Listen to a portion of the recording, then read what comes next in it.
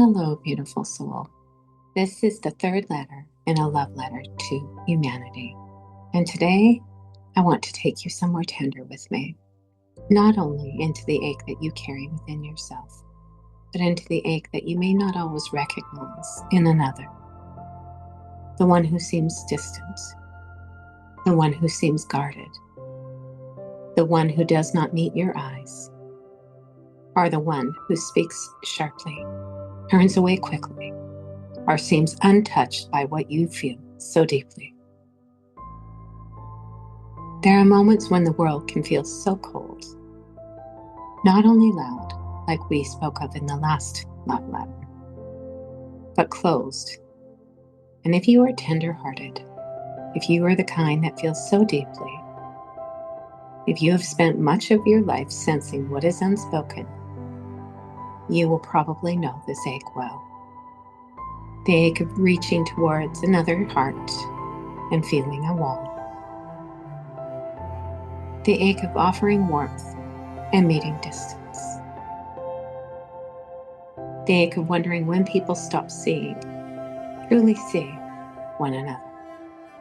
And sometimes when we meet wall after wall, again and again, something in us begins to protect itself too. You may close a little. You may harden a little. You may stop reaching. Or you may even begin to believe that tenderness has no place in the world. If this has happened in you, please hear this gently. You are not wrong for protecting your heart. Sometimes the heart closes because it has been tired for such a long time. Sometimes it pulls back because it has reached before and was never received. Sometimes distance becomes the way that we care for the places that feel so tender. So let us not judge the closing, not in ourselves, not in another. Let us simply begin here with one quiet breath and one quiet question. What if the one beside you is aching too? This can happen in such ordinary moments. When you wander into a store and notice that nobody looks at you. Sometimes we will encounter strangers whose faces seem so empty. And this may even lead to something more personal in our own family members who dismiss what matters to us the very most. Where someone you love gives you answers, but never presence. And if something in you feels this, the space between hearts widening, you may tell yourself not to take it personally.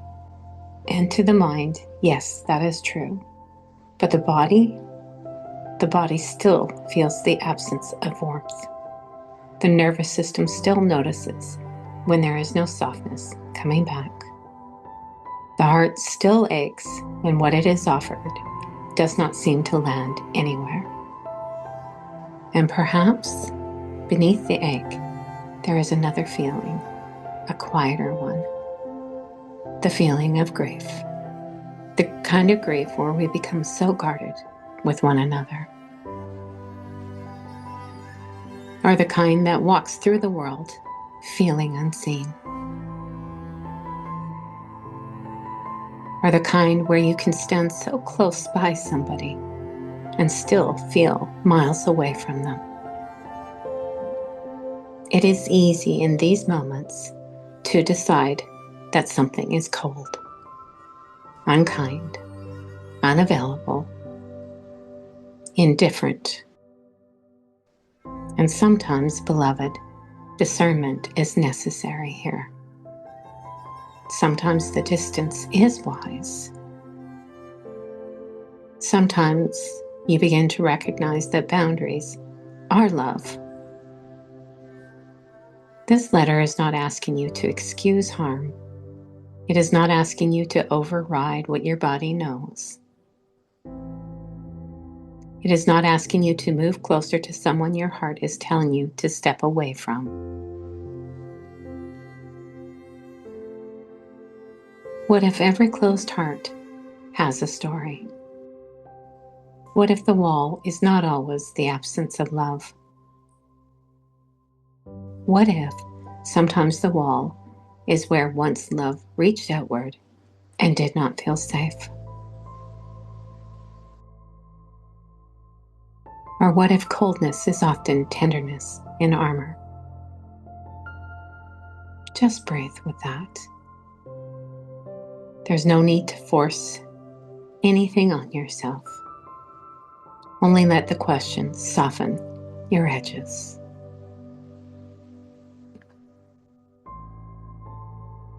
What if the one who seems most closed is the one who is most afraid?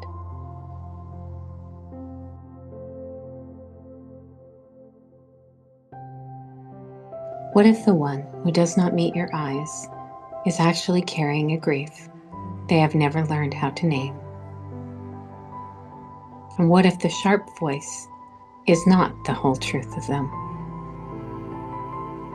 If beneath the impatience, the guardedness, the distance, there is a soul who once reached out to, a soul who once trusted, a soul who once opened, a soul who once believed love would come closer. And perhaps for them, it never did. Perhaps the world met their tenderness with silence. Their tears were dismissed, and their sensitivity was too much for the people around them. What if they learned, slowly and quietly, that softness was dangerous? So they built a wall, not because they had no heart, but because they did. Because their heart was precious. The heart needed somewhere to hide. This is not so different than what has happened to so many of us. The places where we became guarded were often the places where love once reached and was not met. So when you meet a closed heart, you do not need to push against the wall. You do not need to climb over it. You do not need to make someone open before they are ready. You can simply remember. There may be tenderness there. There may be sorrow there. There may be a soul beneath the armor, just waiting for the world to become gentle enough to begin to trust again. And this remembering does not make you weak. It makes you clear. It allows compassion and boundaries to stand together, united. It allows you to see another without ever abandoning yourself. It allows love to become spacious, not forceful. This is resonance.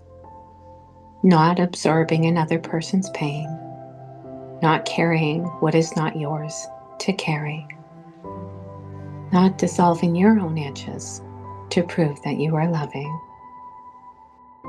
Resonance is the quiet recognition that something in you aches too, that something in you longs to be met.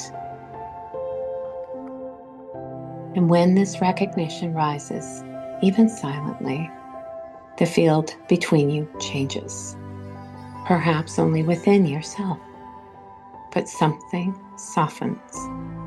And sometimes, beloved, this is where love begins again. So just breathe with me and place your awareness on the Divine Mother. And she says, come closer now, beloved. Not to the one who has hurt you, not to the place where your body says no. Come closer to the heart within you that still knows how to remain warm without becoming unprotected. This is a sacred difference. Love does not ask you to abandon your boundaries. Love does not ask you to enter into a doorway that is meant to be closed. Love does not ask you to become small so another can feel better. Love only asks, can you allow your heart to stay connected to me, even when another heart is closed? Can you let your warmth remain open? Can you bless someone with no expectations? Can you soften without surrendering your truth? The next time you meet a closed heart, beloved, do not push. Do not try to fix them. Do not demand that they open. Simply hold space beside them, as I hold space beside you. Let them feel your warmth without any expectations. Let them feel your presence without pressure. Let your quiet kindness become a small sun that fills the room. Not to melt them by force, but to remind the ice that it was once water. This is how something frozen remembers how to flow again. Slowly, without shame, without command, through warmth, through safety, through the presence of love that does not make a demand. Beloved, there are many frozen places in the human heart. Places that became still because life was too much. Places that hardened because tenderness was not protected. Places that stopped flowing because grief had nowhere to go. But no frozen place is outside of my love. No guarded heart is beyond the reach of grace.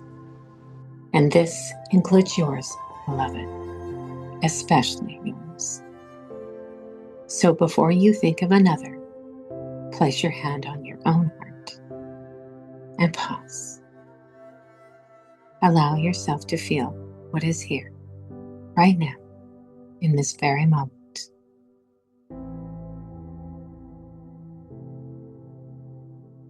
And ask yourself, where have I frozen? Where have I been guarded? Where have you mistaken your own protection for failure? Let me come there first, beloved. Let me warm the places in you that became still, frozen, and silent. Let me bless the walls that once kept you safe. Let me show you the heart does not need to be broken open. It can be invited. It can be warmed. It can be held long enough to remember that it was always meant to flow. So breathe with me gently. And as you breathe in, whisper inwardly, may I see with softer eyes. And when you breathe out, whisper silently, may I honor what is true in me.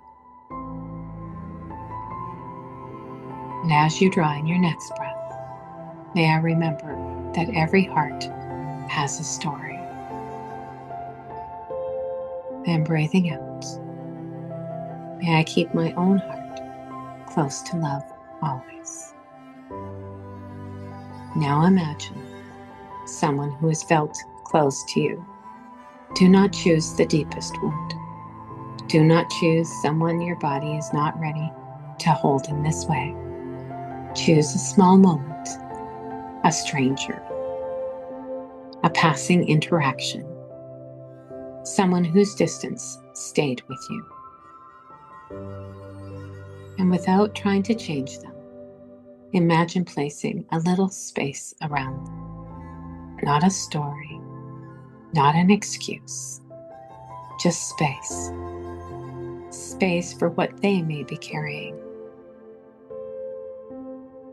Space for the possibility that beneath what you saw, there was an ache that they were carrying. And now, gently begin to return. Allow yourself to feel your own heart, your own breath, your own body. You are not responsible for opening another person's heart, but you are responsible for staying in right relationship with your own. And from that place, your presence becomes medicine. Not because you try to heal everyone, but because you stop adding more hardness to the world. Because you remember that the one beside you may be aching too. And so we end this letter, not by asking every wall to fall, but by remembering what may live behind that wall. A story, a wound, a tenderness, a heart that may not yet know it is safe to open.